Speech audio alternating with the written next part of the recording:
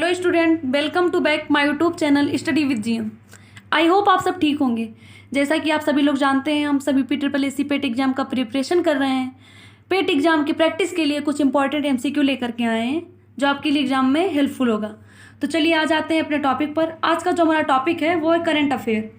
Current affair का जो पहला क्वेश्चन है वो है संयुक्त 2022 में संयुक्त राष्ट्र महिला कोर बजट में भारत का क्या योगदान है।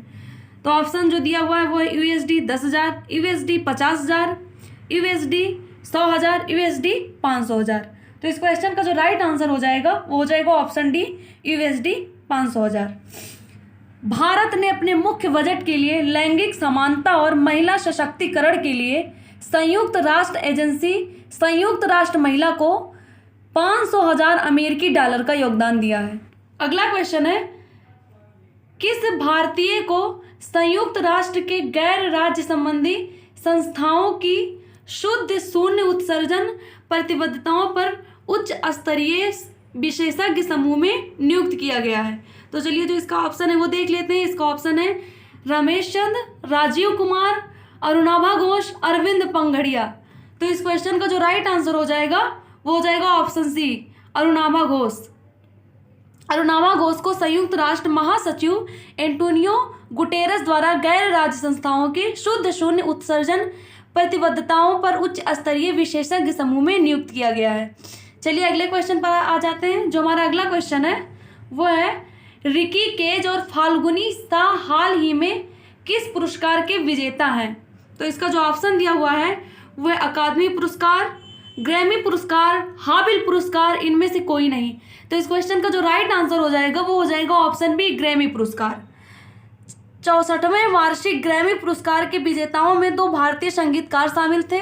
संगीतकार रिकी रेज ने अपना दूसरा ग्रैमी पुरस्कार जीता क्योंकि उन्होंने अपने एल्बम डिवाइन टाइट्स के लिए स्टीवर्ट कोपलैंड के साथ संयुक्त रूप से सर्वश्रेष्ठ न्यू एज एल्बम का पुरस्कार जीता है। चलिए अगले क्वेश्चन पर आ जाते हैं।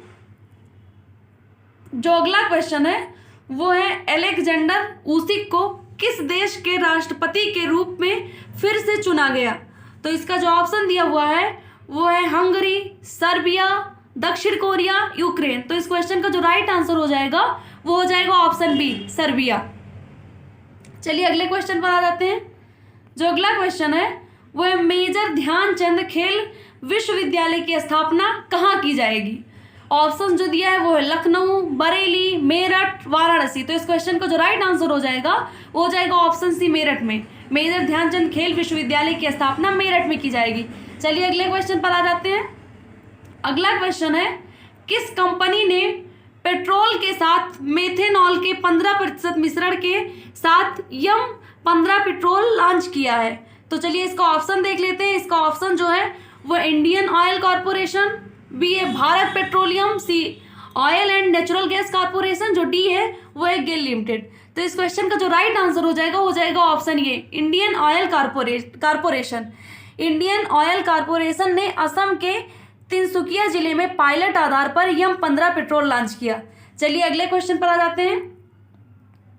अगला क्वेश्चन है खाता एग्रीगेटर ढांचे पर लाइव होने वाला सार्वजनिक क्षेत्र का बैंक कौन सा है। चलिए इसका ऑप्शन देख लेते हैं। ऑप्शन है भारतीय state bank, union bank, Canara bank, bank of India. तो इस क्वेश्चन का जो राइट आंसर हो जाएगा वो हो जाएगा option B, union bank. Union bank account aggregator ढांचे पर लाइव होने वाला भारत का पहला सार्वजनिक क्षेत्र का बैंक बन गया है। चलिए अगले क्वेश्चन पर आ जाते हैं। जो अगला क्वेश्चन है वो है 2022 में आयोजित दूसरे भारत नॉर्डिक शिखर सम्मेलन का मेजबान कौन सा देश है। इसका जो ऑप्शन दिया हुआ है वो है डेनमार्क, फिनलैंड, आइसलैंड, नॉर्वे। तो इस क्वेश्चन का जो राइट आंसर हो जाएगा वो हो जाएगा ऑप्शन ए, डेनमार्क। प्रधानमंत्री नरेंद्र मोदी ने हाल ही में डेनमार्क के कोपेनहेगन में दूसरे भारत नॉर्डिक शिखर सम्मेलन में भाग लिया। चलिए अगले क्वेश्चन पर आ जाते हैं। जो अगला क्वेश्चन है हमारा वो है भारतीय प्रधानमंत्री के सलाहकार के रूप में 2022 में किसे नियुक्त किया गया है। तो जो ऑप्शंस दिया हुआ है वो है तरुण बजाज, तरुण कपूर, माइकल डी पात्रा, जयति घोष। तो इस क्वेश्चन का जो राइट आंसर हो जाएगा वो हो जाएगा option B, Tarun Kapoor. Cabinet की नियुक्ति समिति ने तरुण कपूर को प्रधानमंत्री कार्यालय पीएमओ में प्रधानमंत्री के सलाहकार के रूप में भारत सरकार के सचिव के पद और पैमाने पर शुरू में 2 की अवधि के लिए मंजूरी दे दी है। चलिए अगले क्वेश्चन पर आ जाते हैं। अगला क्वेश्चन जो है वो है भारतीय रेलवे द्वारा शुरू की गई थीम आधारित पर्यटक सर्किट ट्रेनों का नाम क्या है? तो हमारा जो ऑप्शन है वो देख लेते हैं। भारत गौरव ट्रेनें, भारत विरासत ट्रेनें, अमृत ट्रेनें, इनमें से कोई नहीं। तो इस क्वेश्चन का जो राइट आंसर हो जाएगा ऑप्शन ए, भारत गौरव ट्रेनें।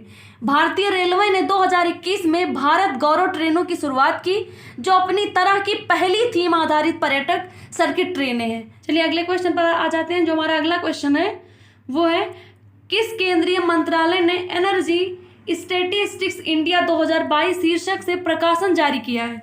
तो इसका जो ऑप्शन दिया हुआ है वो है सांख्यिकी और कार्यक्रम कार्यान्वयन मंत्रालय, बिजली मंत्रालय, कोयला मंत्रालय, नवीन और नवीनीकरणीय ऊर्जा मंत्रालय। तो इस क्वेश्चन का जो राइट आंसर हो जाएगा वो जाएगा ऑप्शन ए, सांख्यिकी और कार्यक्रम कार्यान्वयन मंत्रालय। सांख्यिकी और कार्यक्रम कार्यान्वयन मंत्रालय ने प्रकाशन का 28वां संस्करण ऊर्जा सांख्यिकी भारत 2022 जारी किया। यह ऊर्जा संसाधनों पर आंकड़ों का भंडार है और टिकाऊ ऊर्जा प्रणालियों में भारत की प्रतिबद्धता और प्रगति पर प्रकाश डालता है। चलिए अगले क्वेश्चन पर आ जाते हैं। अगला क्वेश्चन हमारा है किस देश से संरक्षित राज्य में 99 मिलियन वर्ष पुराने फूलों की खोज की गई है? तो इसका जो ऑप्शन दिया है वो है भारत, श्रीलंका, म्यांमार, यूएसए। तो इस क्वेश्चन का जो राइट आंसर हो जाएगा ऑप्शन सी, म्यांमार। चलिए अगले क्वेश्चन पर आ जाते हैं। अगला क्वेश्चन है विश्व आर्द्र भूमि दिवस 2022 का विषय क्या है? तो इसका ऑप्शन देख लेते हैं। ऑप्शन जो दिया है वो है लोगों और प्रकृति के लिए आर्द्र भूमि कार्रवाई। ऑप्शन बी जो दिया है वो है सार्वभौमिक आर्द्र भूमि। ऑप्शन सी जो दिया है वो है आर्द्र भूमि में अपशिष्ट प्रबंधन, और जो डी है वो दिया है आर्द्र भूमि और जलवायु परिवर्तन। तो इस क्वेश्चन का जो राइट आंसर हो जाएगा वो हो जाएगा ऑप्शन ए, लोगों और प्रकृति के लिए आर्द्र भूमि कार्रवाई।